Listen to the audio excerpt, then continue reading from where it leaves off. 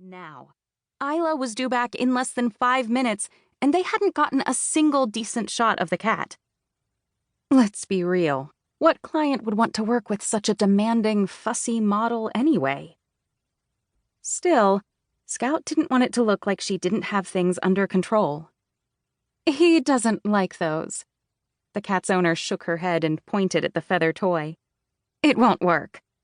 Well, we've tried all the toys you brought with you, so maybe a Hail Mary is exactly what we need, Scout replied tightly, her smile turning brittle.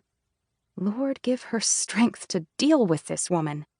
The cat was a pain, sure, but animals were animals. They couldn't be blamed for their behavior. Their human counterparts, on the other hand... Click. Isaac Mewton had gone still, his eyes on the new toy, and the photographer seized the moment to start snapping. Scout moved the feather in gentle, sweeping motions, and the cat's eyes followed with intense focus. He raised one paw and batted at it, ignoring the steady click, click, click of the camera. So much for him not liking it. Scout shoved the snarky inner comment to one side and focused on getting the cat to engage so they could wrap up the meeting as quickly as possible. Next to her, the owner huffed in annoyance as though she couldn't believe her darling Isaac had proven her wrong. When they were done, and the woman and her cat had left the Paws in the city office, Scout's shoulders sagged in relief. She was a people and an animal person at heart, but she had a pet peeve, no pun intended, about entitlement. Call it a leftover from her childhood.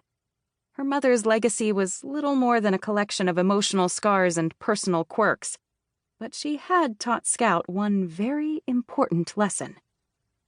Nobody owed her anything. Whatever she wanted in life, she would have to earn it. Are all your clients like that? The photographer asked as she packed up her equipment. The woman seemed to think her cat was royalty. Scout shook her head. Most clients are lovely and happy to have our assistance, but there's always the rare few who think they're superstar material without being willing to put in the work. How long have you been open now? Only a few months, right? 6 months.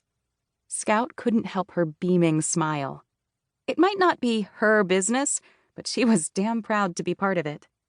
And we've already signed over 20 clients. Including Miss Pain in the Rear and her angry feline overlord? We've had several requests for cats lately, and he was by far the cutest we've seen. Scout sighed. Let's hope he's in a better mood when it comes time to front up for a paying job. Paws in the city represented clients with 4 and 6 legs. They provided social media coaching to the humans running the accounts, worked on brand strategy, and generally acted as a go-between in brokering sponsorship deals and other types of opportunities. They also booked animal talent for commercial shoots, both of the print and television variety. Every day was different. Scout managed the operational parts of the job, like booking appointments, supervising headshots, fielding media inquiries, and consulting with the freelancers, such as photographers and grooming specialists. Plus any other random bits and bobs, like making sure they hadn't run out of dog treats or pods for their coffee machine. Isla always said their mission was to make the internet a happier, furrier place, and Scout loved that sentiment. A few minutes after Scout bid the photographer farewell, the front door swung open. Though cute, their office wasn't much bigger than a postage stamp, so Scout's desk was situated in the waiting area and therefore doubled as their reception desk.